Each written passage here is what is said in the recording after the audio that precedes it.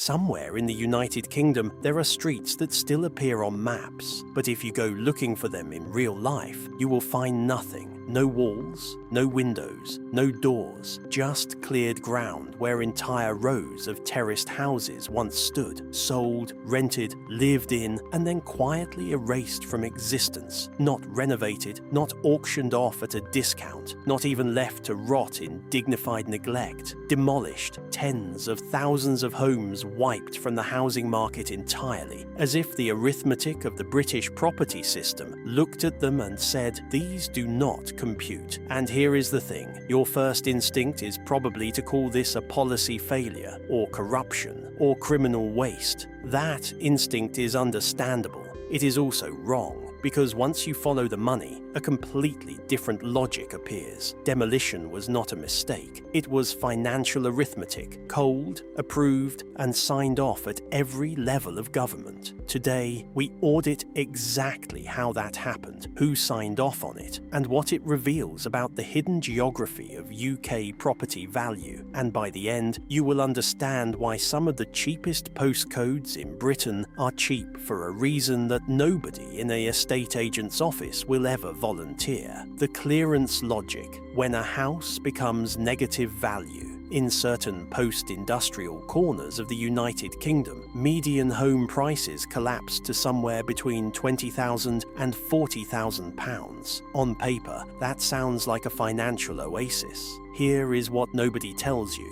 The cost of making that house legally habitable, structurally sound, and energy compliant frequently exceeds its own market value. Councils and housing associations run this calculation constantly. Repair cost versus market return. When the repair cost wins, and in enough of these cases it wins decisively, demolition becomes the rational output. These are not abandoned homes in the romantic Gothic sense. They are economically abandoned assets. The distinction matters enormously. Picture yourself in Stoke-on-Trent, walking a street where every second house has boards on the windows, not from neglect, not from crime, but from accounting. The lights are off because a spreadsheet said they should be. Who actually approved it? No single villain signed the order. That is the part that should unsettle you most. Local councils submitted what are officially called clearance zone proposals, bureaucratic documents that travel upward through housing departments, regional regeneration agencies, and government funding bodies. Each layer of approval is technically legitimate. Each signature is too small to feel responsible for the outcome. Real talk. Nobody in any of those boardrooms announced they were destroying communities. They approved balance sheets where demolition was the only line trending upward. The emotional reality of what those numbers represented was abstracted out of the room before the meeting started. Government regeneration funds allocated billions across decades specifically to facilitate this process. The money was real. The intentions, on paper, were real.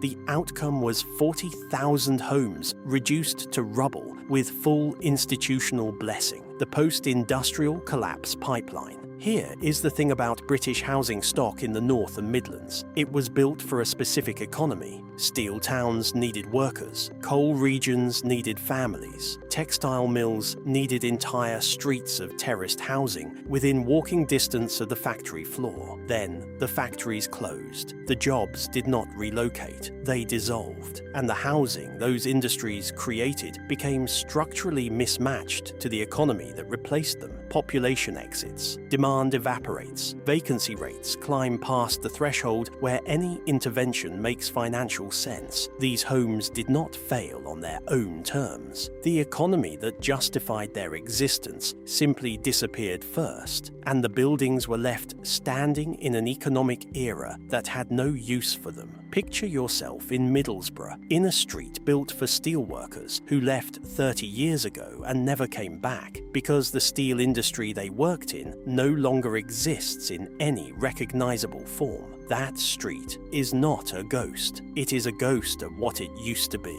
Still technically present, financially irrelevant. The hidden cost of cheap. You see a £100,000 house and your brain registers opportunity. Run the numbers over a decade, and that cognitive dissonance becomes expensive. Roof repairs, damp treatment, full insulation upgrades to meet modern building codes, council tax recovery complications. The purchase price is the beginning of the conversation, not the end of it. Translation: the cheap house is not cheap. It is cheap to acquire and expensive to survive. The building charges you rent in repair costs every year you hold it, and those costs do not plateau, they compound. Cheap housing in structural decline is not a financial oasis. It is palliative care with a postcode. The regeneration paradox. Here is what nobody tells you about government regeneration funding. It is tied to area improvement metrics. Selling low-value homes into an already depressed market does not improve those metrics. It anchors them lower. Every cheap sale drags the surrounding valuations downward and makes the next funding application harder to justify. Demolition solves this problem with brutal efficiency. Clear the street, reset the valuation zone, and the land becomes eligible for higher value redevelopment. The economic drag disappears. Future investors can treat the site as if nothing problematic ever stood there. Translation: they did not remove houses. They removed the evidence of a failure they needed to move past in order to access the next round of public money. Strategic vacancy and the empty homes illusion. The United Kingdom carries hundreds of thousands of empty homes at any given time, and the temptation is to read that as opportunity. Resist that temptation. A significant portion of that vacancy is awaiting redevelopment, meaning legally frozen, financially unavailable, and practically inaccessible. Others sit in inheritance disputes or ownership limbo that can take years to resolve. Not all empty homes are available homes. Vacancy is not synonymous with opportunity. It is frequently synonymous with bureaucracy, and bureaucracy has its own median timeline that does not care about your moving schedule. The buy-to-let exit and the feedback loop. When private landlords begin exiting a region, and in low-return areas, they exit systematically. They do not simply leave a gap. They pull demand with them. Rental yields fall below maintenance thresholds. Landlords list entire portfolios simultaneously. The tenant base contracts. The local economy loses another layer of economic activity.